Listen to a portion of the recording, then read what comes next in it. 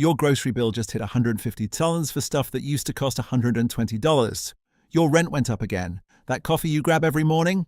Yeah, that's more expensive too, and everyone's got the same question. What the hell is happening?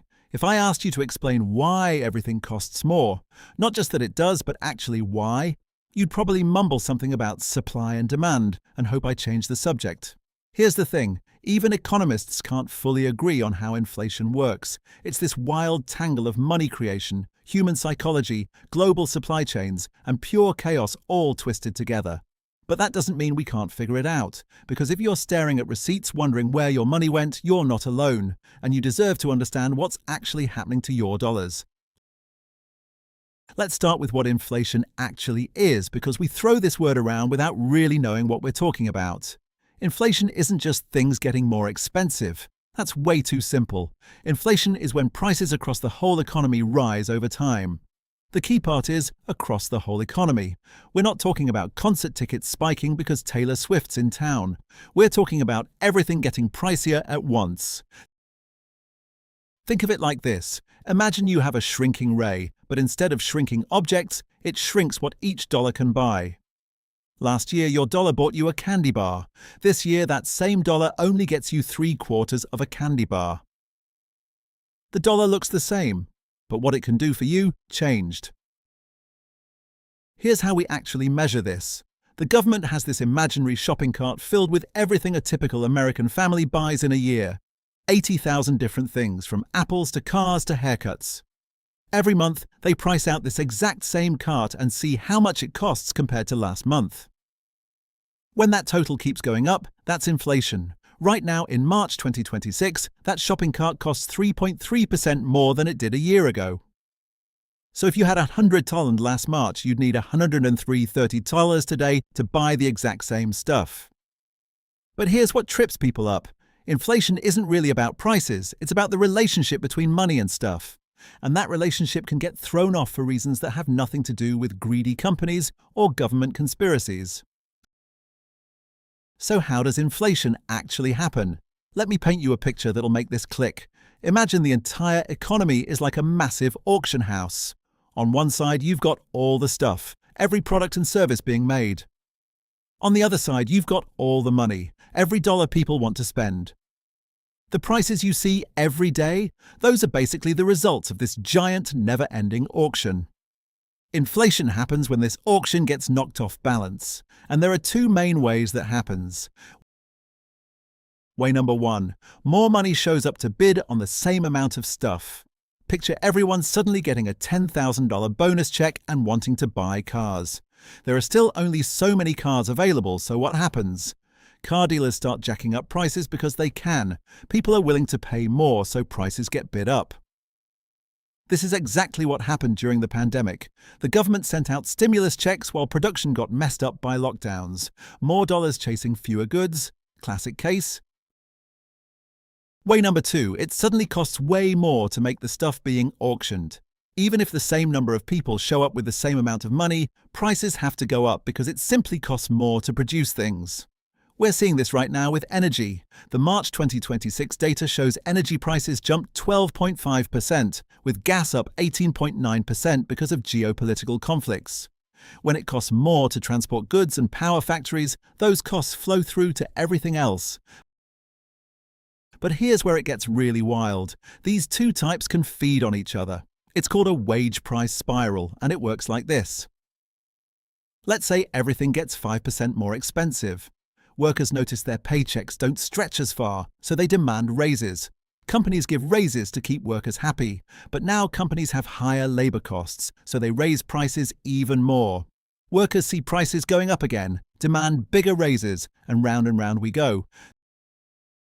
This is why the Federal Reserve watches inflation like a hawk. They're not just worried about prices going up, they're terrified of inflation becoming self-feeding.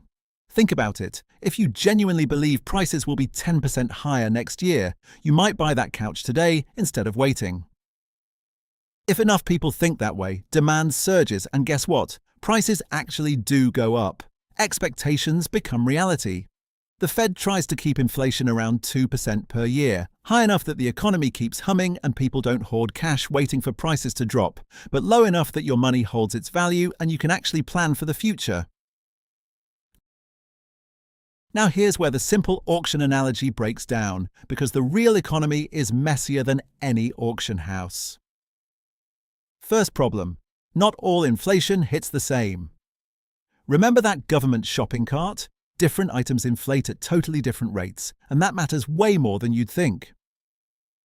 Look at March 2026. Overall inflation was 3.3%, but food was 2.7%, housing was 3%, and energy shot up 12.5%. If you drive a lot for work, you're getting hammered way worse than someone working from home. That average inflation rate might have nothing to do with your actual life. This creates what economists call inflation inequality. Poor families spend most of their money on necessities like food and gas, exactly the stuff that tends to have the craziest price swings.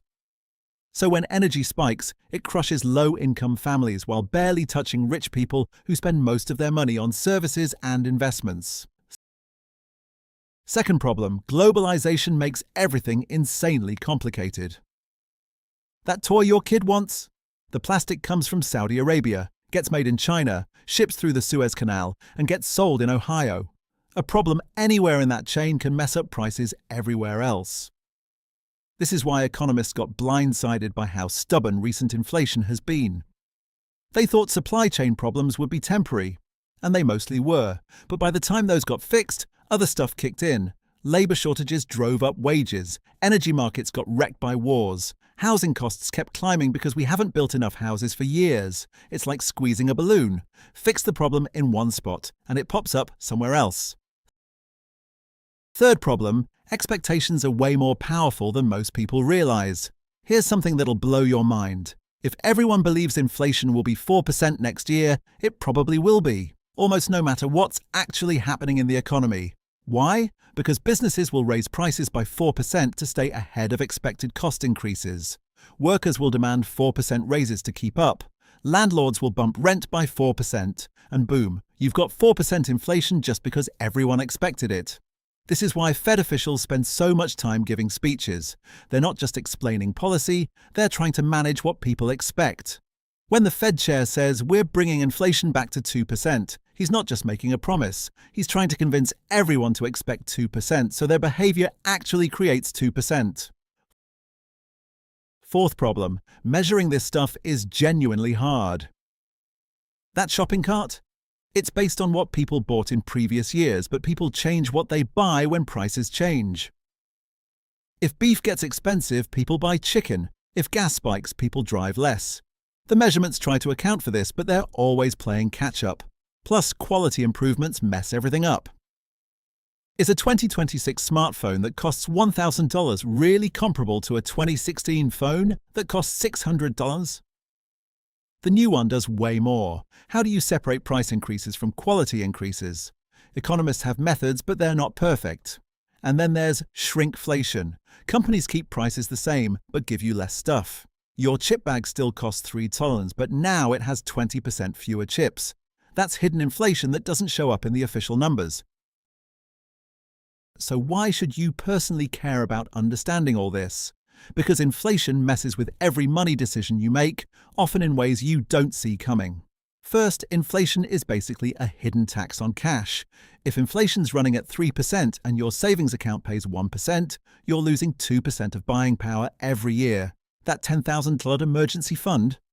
In real terms, it's worth $9,800 after 1 year, $9,604 after 2. Understanding this changes where you should keep your money. This is why financial advisors often say to put some money in things that historically beat inflation. Stocks, real estate, inflation-protected bonds.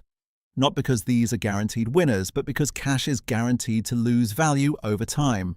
Second, inflation completely flips how you should think about debt. If you have a fixed mortgage at 3% and inflation's running at 4%, you're basically getting paid to borrow money. Your payment stays the same, but you're paying it back with dollars that are worth less than when you borrowed them. This is why people who bought houses in the 1970s and 80s got such incredible deals. They borrowed at 8% interest, then inflation ran at 10% for years. They paid back loans with money that had lost serious value. Third, understanding inflation helps you make better career moves.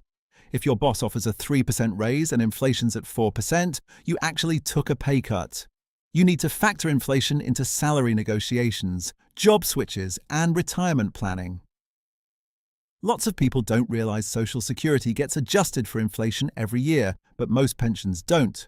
If you're planning to retire on a fixed pension, 20 years of even modest inflation can wreck your buying power. Fourth, inflation affects different purchases differently, and timing matters.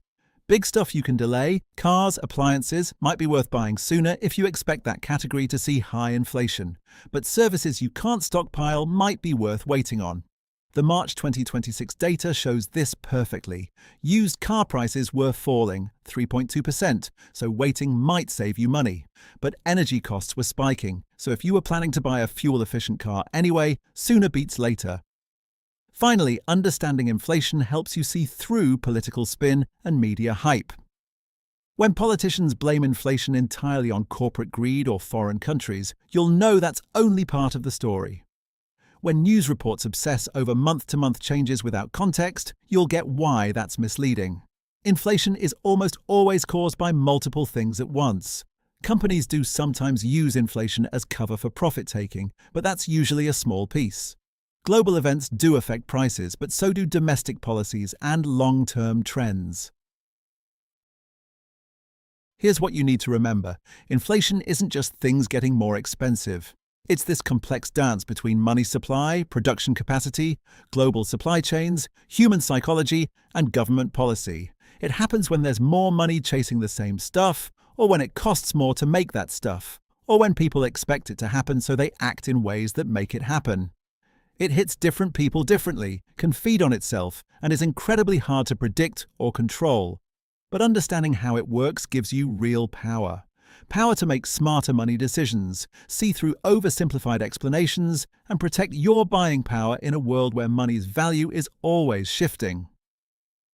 Next time someone tells you inflation is just corporate greed, or the government's printing too much money, you'll know those might be pieces of the puzzle, but the full picture is way more interesting and way more useful for your own financial life.